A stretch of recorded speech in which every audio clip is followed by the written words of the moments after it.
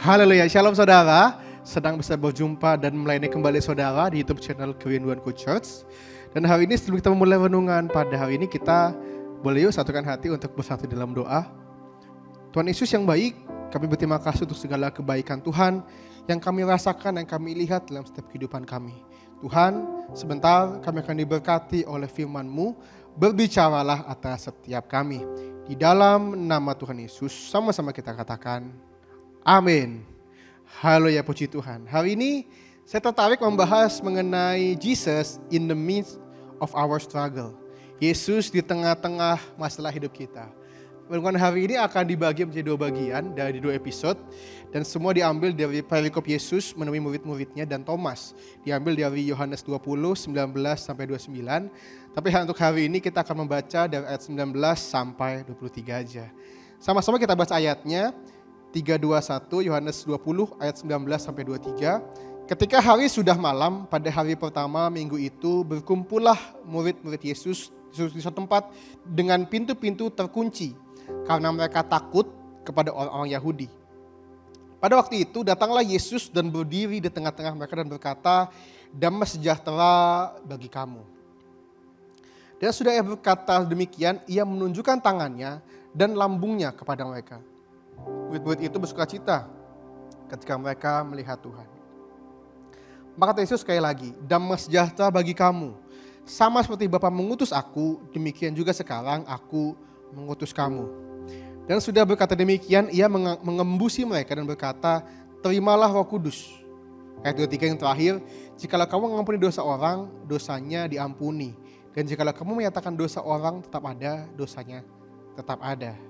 Ayat ini bicara tentang saat murid-murid melihat Yesus disalibkan, murid-murid dalam keadaan yang hopeless. Di ayat tadi kita baca, kita lihat bahwa murid-murid masuk dalam suatu rumah bareng-bareng dan mengunci pintu. Biar apa? Biar mereka tuh gak ditangkap sama orang-orang Yahudi. Mereka penuh dengan ketakutan. Tapi di tengah-tengah ketakutan itu kita melihat bahwa Yesus muncul di tengah-tengah mereka. Di tengah-tengah pintu yang terkunci, pintu yang tertutup, jendela tertutup, Yesus bisa masuk. Dan hari ini saya mau bilang, di tengah-tengah ketakutan Bapak Ibu sekalian, di tengah apapun yang kamu hadapi hari ini, mungkin musuhmu terlalu besar, tapi tidak ada yang mustahil bagi Tuhan. Yesus bisa masuk dalam kehidupanmu dengan cara yang ajaib. Dalam Mazmur 34 ayat yang ke-18 dikatakan, Tuhan itu dekat kepada orang-orang yang patah hati. Dan ia menyelamatkan orang-orang yang remuk jiwanya. Hari ini apa yang kamu hadapi Pak, Bu, anak muda? Mungkin kamu lagi patah hati. Patah hati bukan hanya orang yang anak muda yang habis putus cinta. Patah hati mungkin kau patah hati. Kenapa? Karena saat kau cek ke dokter, kata dokter, makin parah Pak sakitnya. Mungkin patah hati kenapa? Kamu udah berdoa sungguh-sungguh, minta Tuhan buka jalan, beri mujizat, beri berkat. Untuk bayar tagihan, udah deadline, tapi nyataannya di tanggalnya mungkin udah mau deket. Belum ada tuh berkatnya. Belum ada tuh nominal yang kamu butuhin. Atau mungkin kamu sedang menaruh kepercayaan sama orang, tapi ternyata orang itu hianatin kamu. Dia fitnah kamu, dia jatuhin kamu, atau mungkin uangmu dibawa lari sama temanmu. Dan kamu patah hati, dan kamu bilang, gak ada yang bisa gue percaya. Katanya Tuhan jaga. Hari ini kita akan membahas apa yang Yesus lakukan di bagian yang pertama, di tengah struggle hidup kita. Apa yang Yesus lakukan di saat masalah hidup kita? Dari kisah tadi, di ayat yang ke-19 kita belajar bahwa Jesus appeared to them. Yesus hadir di tengah-tengah mereka.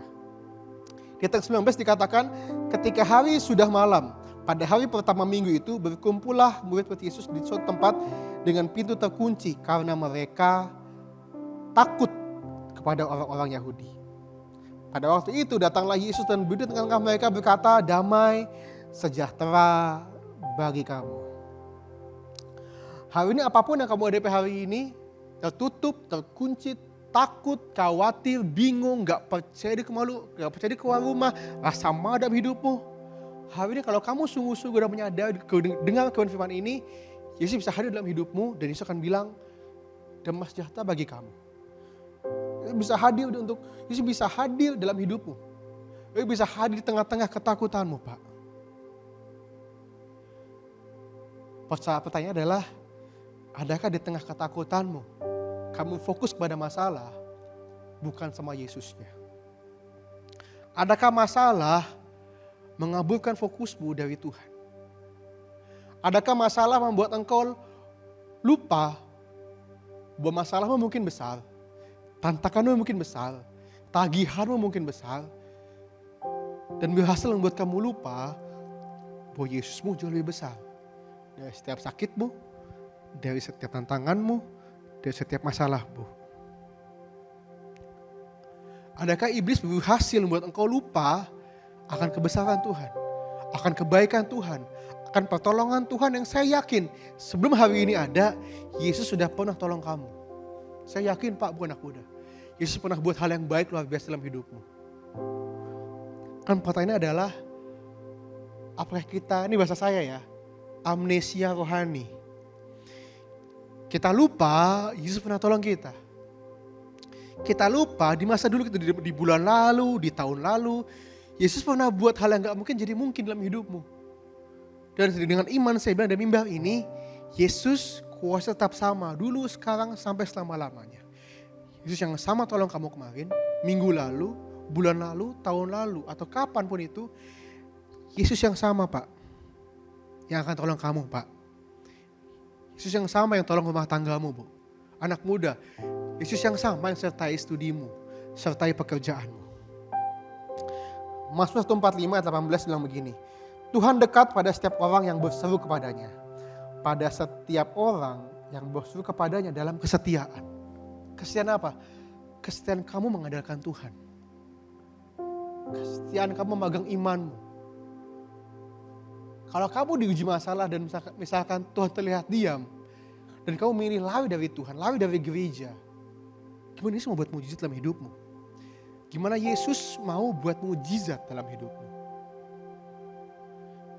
Gimana Yesus mau bekerja? Bagaimana imanmu mau bertumbuh kalau kamu jauh dari Tuhan? Justru semakin besar masalahmu, bukan lari dari Tuhan, tapi lari kepada Tuhan. Yang kedua adalah Jesus comfort them. Ayat 19b. Pada waktu itu datanglah Yesus berdiri tengah-tengah mereka berkata, damai sejahtera bagi kamu. Hanya mungkin kamu takut, khawatir, bingung, bimbang, merasa ditinggalkan, merasa Yesus gak adil, merasa Yesus gak peduli sama kamu. Tapi dari baru saya bilang Yesus peduli Pak sama kamu. Yesus peduli sama keluargamu, Yesus peduli sama kesehatanmu, Yesus peduli sama masa depanmu anak muda, Yesus peduli sama masalah pasangan hidupmu, Yesus peduli akan keuanganmu. Apapun yang kamu hadapi yang menurut kamu penting, bagi Yesus juga penting. Kalau itu penting bagimu, pasti penting bagi Tuhan. Soalnya jangan kasih ditinggalin lagi. Soalnya buka hatimu, undang Yesus, bilang Tuhan aku butuh damai sejahtera dari Tuhan. Kenapa? Karena kalau damai Tuhan gak penuh di kamu, kamu akan ambil keputusan yang gegabah. Kamu akan ambil keputusan yang menurutmu baik. Tapi belum tentu baik buat Tuhan. Soalnya ini mungkin kamu gak nyaman, mungkin hidupmu takut, mungkin kamu lagi dalam proses dapur perapian, lagi diajar sama Tuhan, lagi dibentuk imanmu sama Tuhan. Tapi kabar baiknya, Yesus gak pernah tinggalin kamu Pak, Bu, anak muda. Di setiap musim hidupmu, Dia selalu ada bagimu. Yesus dengan entengnya, dengan cool, Yesus bilang dengan di tengah-tengah kata-kata muridnya, Yesus bilang damai sejahtera bagi kamu. Damai Yesus tuh beda sama damai yang dunia berikan. Damai Yesus gak sama dengan damai yang kamu misalkan, maaf ya, kamu habis party, ketawa-tawa, minum, dan kamu lupa masalahmu sejenak. Tapi pulang dari tempat party, yang ada cuma pusing, masalah tetap ada. Imanmu gak nambah. Beda damainya dengan kamu ke Dufan, kamu naik roller coaster, kamu naik wahana, kamu teriak-teriak. Abis pulang dari Dufan, senengnya, damainya, ketinggalan di Dufan. Benar? Tapi damai dari Yesus adalah damai sejahtera yang dapat bisa tidur di tengah-tengah badai. Damai sejahtera yang saat murid-murid panik di kapal, Yesus bilang, guru kami hampir mati. Tapi Yesus dengan cool, dia tidur. Dan saat dia bangun, dia bukan kebangun karena badainya. Dia kebangun karena murid-muridnya teriak. Benar atau enggak? Dan dengan cool, dengan keren, dia bilang ke badainya diam. Ayat kita berkata, seketika itu redalah badainya. Dan saya doa damai sejahtera dari Tuhan yang kayak gitu, yang memenuhi hidupmu Pak.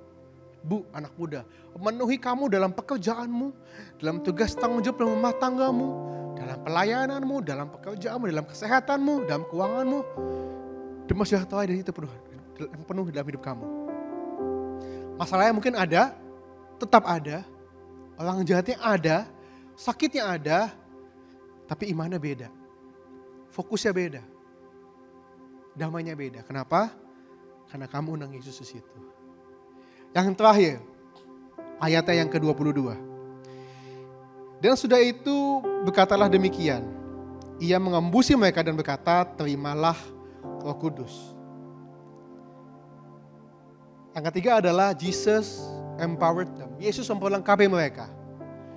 Jadi Yesus gak hanya hadir, Yesus gak hanya muncul, Yesus gak hanya bilang damai sejahtera bagi kamu, menenangkan murid-muridnya, tapi Yesus memperlengkapi mereka dengan Roh Kudus. Keren gak Tuhan kita? Keren gak Yesus kita? Dia Allah yang amat sangat bertanggung jawab.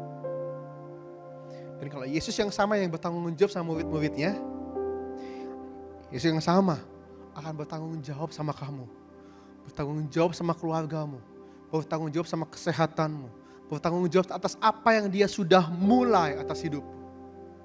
Misalkan Yesus kasih kamu berkat rumah, dan dia memulai kamu punya rumah pribadi, percayalah setiap bulannya cicilannya dia bertanggung jawab Pak. Amin. Pak, Bu, Yesus karuniakan kamu 2 orang anak, 3 orang anak. Yesus sudah mulai pekerjaannya, dia juga akan menyelesaikannya. Bicara apa? Dia yang juga akan bantu kamu pelihara anak-anakmu Pak. Yesus akan lanjutin karya kebaikannya. Anak muda, kamu hidup punya pekerjaan dan Yesus kasih kamu pekerjaan. Dan kamu struggle dalam pekerjaanmu. Yesus yang memulai pekerjaan baik dalam hidupmu, Yesus yang sama akan sertai kamu dalam pekerjaanmu.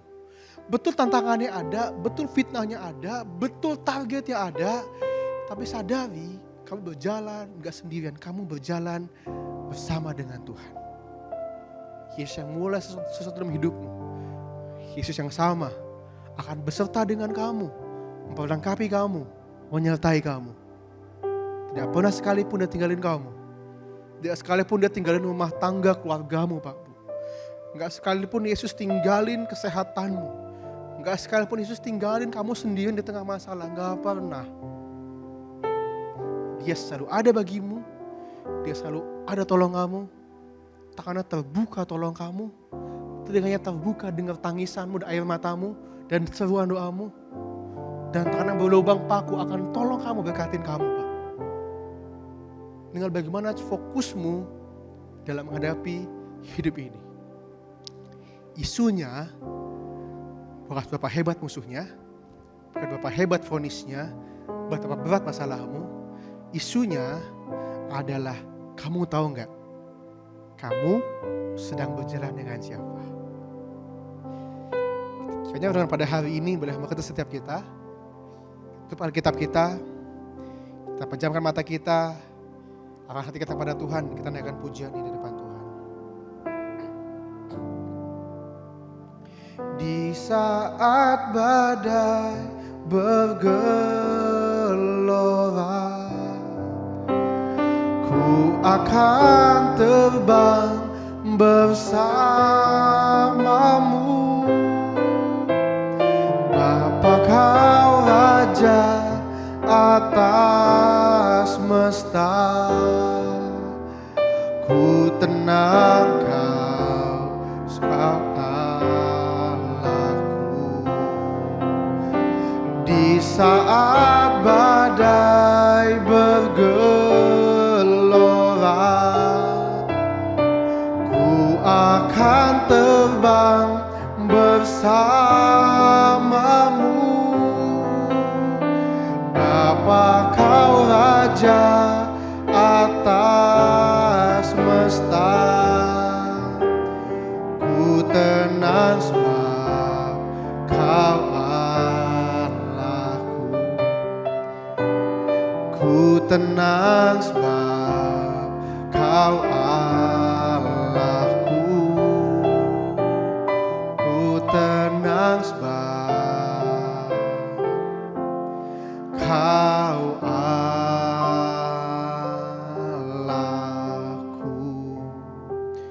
Tuhan Yesus, kami berterima kasih kami telah dengar firman-Mu pada hari ini. Tuhan Yesus, kami membawa setiap apapun yang kami hadapi kepada Tuhan. Kami membawa setiap masalah kami, pergumulan kami, kerinduan kami. Ajar kami untuk percaya, yakin bahwa apapun masalah kami, bahwa besar masalah kami, tapi ajar kami untuk yakin bahwa Yesus kami lebih besar daripada segalanya. Apa yang mustahil bagi dunia saat kami berjalan bersama dengan Tuhan, mengandalkan Tuhan, mujizat pasti ada bagi kami. Ajar kami kita terus kuat berjalan. Iman kami menjadi gugur, iman kami menjadi lemah karena kami sadar Allah kami hidup dan Allah kami bertanggung jawab. Dia bukan hanya hadir, tapi Dia menguatkan. Dia bukan hanya menguatkan, tapi Dia memperlengkapi setiap kami dengan hikmat, dengan kebijaksanaan, kekuatan yang baru setiap hari. Misalnya hidup kami ke dalam tangan, apapun yang kami hadapi hari dalam pekerjaan, rumah tangga, bisnis, masa depan. Kami percaya hidup kami aman di tangan-Mu Tuhan.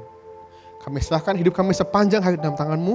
Kami percaya hari ini kami melihat kebaikan Tuhan di dalam nama Tuhan Yesus. Sama-sama kita katakan amin. Semangat saudara dan jangan lupa yang punya surga, crazy in love with you. Bye-bye.